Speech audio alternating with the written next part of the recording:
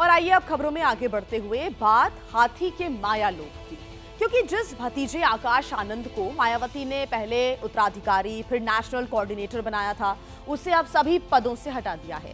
आकाश आनंद पर उनकी बुआ की गाज ऐसे समय में गिरी है जब लगातार ये खबरें आ रही थी कि बुआ और भतीजे के बीच सब कुछ ठीक नहीं चल रहा है। आखिर मायावती के मन में क्या चल रहा है, क्योंकि एक तरफ बीएसपी का गिरता जनाधार है तो दूसरी तरफ भतीजे पर लगातार हो रहा एक्शन है।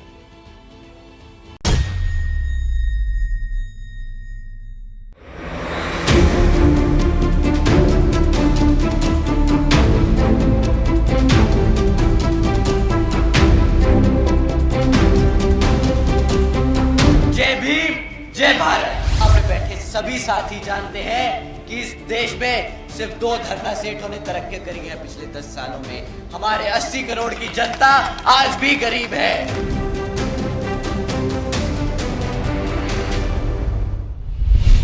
क्या मायावती को समझना मुश्किल ही नहीं, नामुमकिन है? क्या हाथी का माया लोभ समझ से परे है?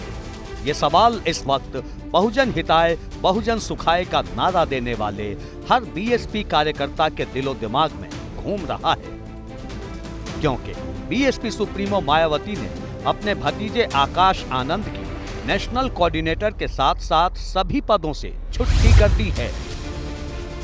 मायावती के इस फैसले ने सियासी भूचाल ला दिया है, क्योंकि मायावती ने आकाश पर सिर्फ गाज नहीं गिराई, बल्कि यहाँ तक कह दिया कि मरते दम तक उनका कोई उत्तराधिकारी नहीं होगा। मतलब साफ है कि बुआ को अपने भतीजे पर भरोसा नहीं है और वो पार्टी की कमान अपने हाथ में रखना चाहती हैं। दरअसल बीएसपी ने रविवार को लखनऊ के पार्टी मुख्यालय में बैठक बुलाई थी, जिसमें बीएसपी के देश भर के पदाधिकारी शामिल हुए, लेकिन आकाश आनंद कहीं नजर नहीं आए। सियासी गलियारों में यहाँ तक चर्चा है कि बुआ और भतीजे के बीच कुछ भी ठीक नहीं चल रहा। मायावती ने कुछ दिन पहले ही आकाश आनंद के ससुर और कई राज्यों के प्रभारी रहे अशोक सिद्धार्थ को पार्टी से बाहर का रास्ता दिखा दिया था, जो एक तरह से आकाश के लिए भी चेतावनी थी, लेकिन आकाश नहीं संभले, जिसके बाद बुआ भतीजे के बीच का विवाद बढ़ता चला गया। अब मायावती ने अपने भतीजे आकाश को नेशनल कोऑर्डिनेटर और पार्टी के सभी पदों से हटा दिया है और अब अपने भाई आनंद और राज्यसभा सांसद रामजी गौतम को नया नेशनल कोऑर्डिनेटर बनाया है। लेकिन मायावती के इस फैसले से सिर्फ बीएसपी के कार्यकर्ता ही नहीं, दूसरे तमाम राजनीतिक दल भी हैरान हैं। मायावती जी एक परिपक्व राजनीतिज्ञ हैं। वो अपनी पार्टी का भला और बुरा अच्छी तरह समझती हैं। मुझको लगता है जो भी उन्होंने किया होगा अपने पार्टी के हित के लिए किया होगा। क्योंकि 8 महीने में आकाश पर उनकी बुआ की तरफ से गिराई ये दूसरी गाज है। इससे पहले 7 मई 2024 को लोकसभा चुनाव के बीचों बीच मायावती ने आकाश आनंद के सीतापुर में दिए गए एक बयान के बाद उन्हें अपरिपक्व बताते हुए अपना उत्तराधिकारी बनाने का फैसला वापस ले लिया था। हालांकि 47 दिन बाद फिर से जून 2024 में मायावती ने बीएसपी की राष्ट्रीय कार्यकारिणी की बैठक में आकाश आनंद को अपना उत्तराधिकारी बना दिया था। आकाश ने अपनी बुआ मायावती के पैर छूकर तब आशीर्वाद भी लिया था।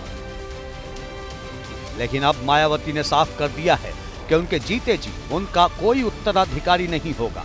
सियासी गलियारों में भी चर्चा है कि मायावती पार्टी के गिरते जनाधार को लेकर चिंतित हैं और 2027 के यूपी विधानसभा चुनाव से पहले पार्टी की कमान पूरी तरह से अपने हाथ में रखना चाहती है। मायावती जी बड़ी नेता हैं, अनुभवी हैं, पार्टी उनको चलाना है, वो अपने हिसाब से निर्णय ले रही हैं और हमेशा दल सर्वोपरि होता है, तो दल को सुचारू रूप से चलाने की जिम्मेदारी कैसे चले तो मायावती जी की है। ऐसे इस बात से समझ सकते हैं कि मायावती 4 बार देश के सबसे बड़े सूबे की मुख्यमंत्री रही।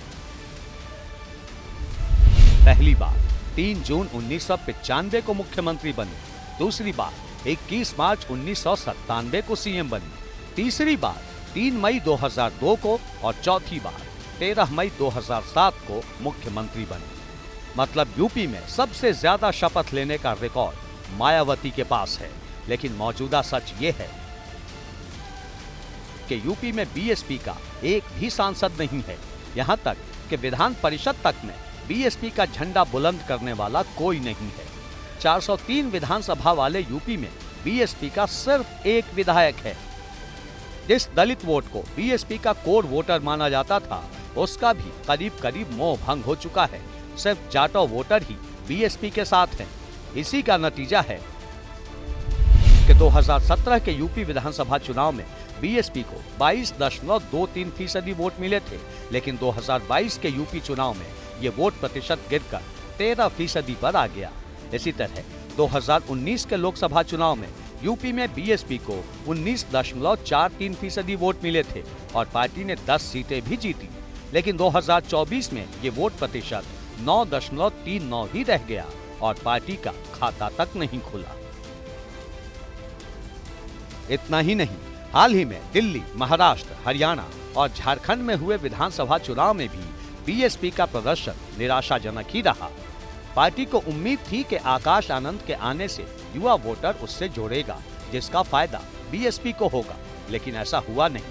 फिलहाल बुआ ने भतीजे को अपनी हनक दिखा दी है।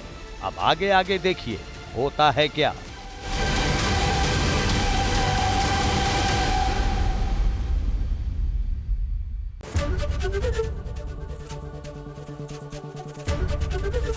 एबीपी गंगा, खबर आपकी, जुबान आपकी।